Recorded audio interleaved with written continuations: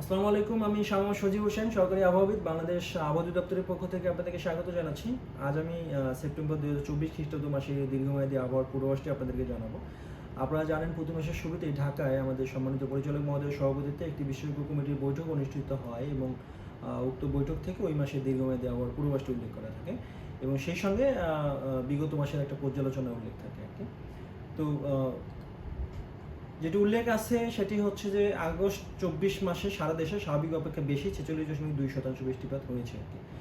আর September 2024 খ্রিস্টাব্দ মাসের পূর্বাভাসে যেটি আছে সেটি হচ্ছে এই মাসে দেশে স্বাভাবিক বৃষ্টিপাতের সম্ভাবনা আছে। আপনারা স্বাভাবিক বৃষ্টিপাত এখানে দেখতে পাচ্ছেন যে ঢাকা বিভাগের জন্য 278 মিলিমিটার বৃষ্টিপাতকে স্বাভাবিক বৃষ্টিপাত বলা হয়ে থাকে, এটা ঢাকা বিভাগের জন্য। তেমনিভাবে ময়মনসিংহে 352, চট্টগ্রামে 317, সিলেট বিভাগের জন্য 407, রাজশাহীর জন্য 315, রংপুর বিভাগের জন্য 417, খুলনা বিভাগের জন্য 276 এবং বরিশাল বিভাগের জন্য 316 মিলিমিটার বৃষ্টিপাতকে স্বাভাবিক বৃষ্টিপাত বলা হয়ে থাকে।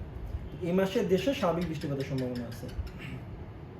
এই মাসে বঙ্গোপসাগরে 1 থেকে 2টি বর্ষাকালীন লঘুচাপ সৃষ্টি হতে পারে, যার মধ্যে একটি মৌসুমী নিম্নচাপে পরিণত হতে পারে। দেশের উত্তর ও মধ্যাঞ্চলে 2 থেকে 3 দিন মাঝারি ধরনের বজ্রঝড় এবং সারা দেশে 3 থেকে 5 দিন হালকা বজ্রঝড় হতে পারে। দেশে বিচ্ছিন্নভাবে 1 থেকে 2টি মৃদু, যার তাপমাত্রা হতে পারে 36 থেকে 38 ডিগ্রি সেলসিয়াস তাপপ্রবাহ বয়ে যেতে পারে। এই মাসে দিন ও রাতের তাপমাত্রা স্বাভাবিক অপেক্ষা সামান্য বেশি থাকতে পারে।